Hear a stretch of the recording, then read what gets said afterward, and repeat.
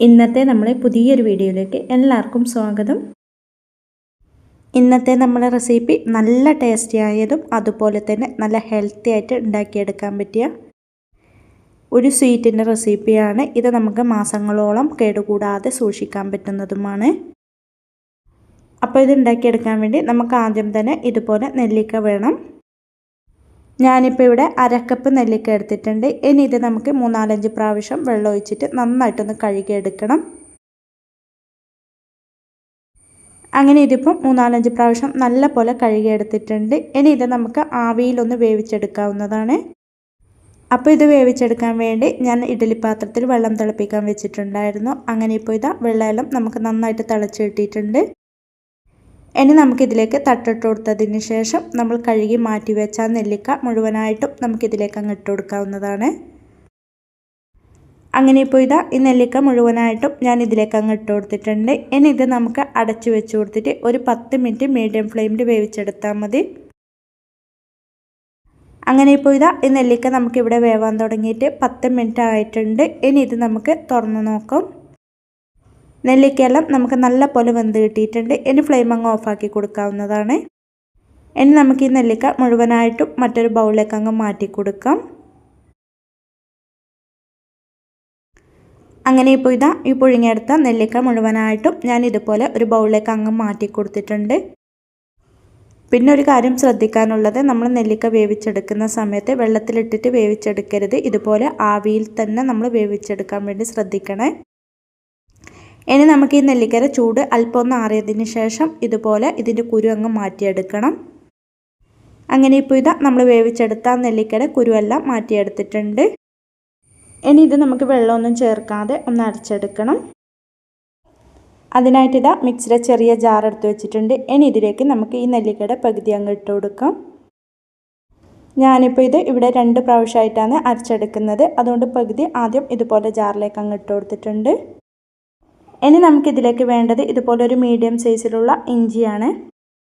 ഈ ഇഞ്ചി കട്ട് ചെയ്തെടുത്തത് പകുതി ഇതിലേക്ക് അങ്ങ് ഇട്ട് കൊടുത്തിട്ടുണ്ട്. ബാക്കി നമുക്ക് രണ്ടാമത് അരച്ചെടുക്കുമ്പോൾ അതിലേക്ക് അങ്ങ് ഇട്ട് കൊടുക്കാം. ഇതുപോലെ നന്നായിട്ടൊന്ന് അരച്ചെടുത്തിട്ടുണ്ട്. അങ്ങനെ ഇപ്പോൾ ഇതിപ്പോൾ ഞാൻ ചെറിയൊരു തരിതരിപ്പോട് കൂടി അരച്ചെടുത്തിട്ടുണ്ട്. ഇനി ബാക്കിയുള്ള ആ നെല്ലിക്കയും നമുക്കിതുപോലെ ജാറിലേക്ക് ഇട്ട് കൊടുത്തതിന് ശേഷം ബാക്കി വെച്ച ഇഞ്ചിയുടെ കഷ്ണവും ഇതിലേക്ക് ഇട്ട് കൊടുത്തിട്ട് നല്ല പോലെ അങ്ങ് അരച്ചെടുക്കാം. അങ്ങനെ ഇപ്പോൾ ഈ നെല്ലിക്ക മുഴുവനായിട്ടും ഞാൻ ഇതുപോലെ വെള്ളമൊന്നും ചേർക്കാതെ നന്നായിട്ട് അങ്ങ് അരച്ചെടുത്തിട്ടുണ്ട്. ഇനി ഇത് നമുക്ക് അവിടെ മാറ്റി വെക്കാവുന്നതാണ്. ഇനി ഒരു പാൻ സ്റ്റൗവിലേക്ക് വെച്ച് കൊടുക്കാം. ഇനി ഇതിലേക്ക് 250 കപ്പിന് 1 കപ്പ് ശർക്കരപ്പൊടി ഇട്ട് കൊടുക്കുന്നുണ്ട്. നിങ്ങൾ മുഴുവനായിട്ടുള്ള ശർക്കരയാണ് എടുക്കുന്നതെങ്കിൽ അതിലേക്ക് കുറച്ച് വെള്ളം ഒഴിച്ചിട്ട് ഉരുക്കിയെടുത്തതിന് ശേഷം അരിച്ചിട്ട് വേണം നമ്മൾ ഇതിലേക്ക് ചേർത്ത് കൊടുക്കാൻ. ഞാനിപ്പോൾ ഇവിടെ 250 കപ്പിന് 1 കപ്പാണ് ശർക്കരപ്പൊടി ഇതിലേക്ക് ഇട്ട് കൊടുത്തിട്ടുള്ളത്. ഇനി നമുക്കിതിലേക്ക് ചേർത്ത് കൊടുക്കേണ്ടത് നമ്മൾ നേരത്തെ അരച്ച് മാറ്റി വെച്ച നെല്ലിക്ക മുഴുവനായിട്ടും അങ്ങ് ചേർത്ത് കൊടുക്കാം. ഇതുപോലെ നമ്മൾ അരച്ചെടുത്ത നെല്ലിക്കയും കൂടെ ഇട്ട് കൊടുത്തതിന് ശേഷം നമുക്കിനി ഇത് തുടർച്ചയായിട്ട് ഇളക്കി കൊടുക്കണം. ഫ്ലെയിം മീഡിയം ഫ്ലെയിമിലാണ് വെച്ച് കൊടുത്തിട്ടുള്ളത്. ഫ്ലെയിം ഒരുപാട് അങ്ങ് കൂട്ടി വെച്ച് കൊടുക്കേണ്ട. മീഡിയം ഫ്ലെയിമിൽ തന്നെ വെച്ച് കൊടുത്തിട്ട് വേണം നമ്മൾ ഇതുപോലെ തുടർച്ചയായിട്ട് ഇളക്കി കൊടുക്കാൻ. നെല്ലിക്ക കഴിക്കാൻ ഇഷ്ടമില്ലാത്ത മുതിർന്നവർക്കും കുട്ടികൾക്കും ഒരുപോലെ ഉണ്ടാക്കി കഴിക്കാൻ പറ്റിയ നല്ല ഹെൽത്തി ആയിട്ടുള്ള ഒരു ഐറ്റം കൂടിയാണിത്. ഇത് നമുക്ക് ഫ്രിഡ്ജിൽ വെക്കുകയാണെങ്കിൽ ഒരുപാട് നാൾ കേടുകൂടാതെ സൂക്ഷിക്കാനും പറ്റും. ഓരോ സ്പൂൺ വെച്ച് കുട്ടികൾക്ക് മുതിർന്നവർക്കും കഴിക്കാം. ഇതുപോലെ തുടർച്ചയായി ഇളക്കി കൊടുത്തിട്ട് ഈ നെല്ലിക്കയുടെ വെള്ളം മുഴുവനായിട്ടും നമുക്കൊന്ന് വറ്റി കിട്ടണം. അതുവരെ നമുക്ക് മീഡിയം ഫ്ലെയിമിൽ വെച്ച് കൊടുത്തിട്ട് ഇതുപോലെ തുടർച്ചയായിട്ട് തന്നെ ഇളക്കി കൊടുക്കണം. ഇതുപോലെ മീഡിയം ഫ്ലെയിമിൽ വെച്ച് കൊടുത്തിട്ട് തുടർച്ചയായിട്ട് ഇളക്കി കൊടുക്കാൻ തുടങ്ങിയിട്ട് ഇതിപ്പം ഇവിടെ ഏകദേശം 20 മിനിറ്റോളം ആയിട്ടുണ്ട്. നെല്ലിക്കയുടെ വെള്ളമെല്ലാം നമുക്ക് നന്നായിട്ട് വറ്റിയിട്ട് ഈ ഒരു സ്റ്റേജായി കിട്ടിയിട്ടുണ്ട്. ഇനി നമുക്കിതിലേക്ക് ചേർത്ത് കൊടുക്കേണ്ടത് 1/2 ടീസ്പൂൺ ഏലക്കാപ്പൊടി ചേർത്ത് കൊടുക്കാം. 1/4 ടീസ്പൂൺ ഉപ്പ്, കൂടെ ഒരു 1.5 ടേബിൾ സ്പൂൺ റോസ്റ്റ് ചെയ്തെടുത്ത വെളുത്ത എള്ളും കൂടെ ഞാൻ ഇതിലേക്ക് അങ്ങ് ചേർത്ത് കൊടുക്കുന്നുണ്ട്. നിങ്ങളുടെ കയ്യിൽ ഏതാണോ സ്വീറ്റ് ഉള്ളത് അത് ചേർത്ത് കൊടുത്താലും മതി. ഇനി ഇത് നമുക്ക് വീണ്ടും നന്നായിട്ടൊന്ന് ഇളക്കി യോജിപ്പിച്ച് കൊടുക്കാവുന്നതാണ്. അങ്ങനെ ഇതിപ്പം ഞാൻ നന്നായിട്ടൊന്ന് ഇളക്കി യോജിപ്പിച്ച് കൊടുത്തിട്ടുണ്ട്. ഇനി നമുക്ക് ഫ്ലെയിം അങ്ങ് ഓഫാക്കി കൊടുക്കാവുന്നതാണ്. ഇതിൽ നമ്മൾ ഒട്ടും തന്നെ നെയ്യോ എണ്ണയോ ഒന്നും തന്നെ ചേർത്ത് കൊടുത്തിട്ടില്ല. നെല്ലിക്കയും ശർക്കരയും കയ്യിലുണ്ട് എന്നുണ്ടെങ്കിൽ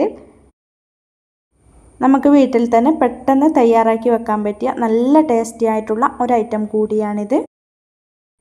ഇത് കുട്ടികൾക്കും മുതിർന്നവർക്കും ഒരുപോലെ കഴിക്കാൻ പറ്റിയ ഒരു ഐറ്റം കൂടിയാണ്. അതുപോലെ തന്നെ വിറ്റാമിൻ സി അടങ്ങിയിരിക്കുന്നതാണ് നെല്ലിക്ക.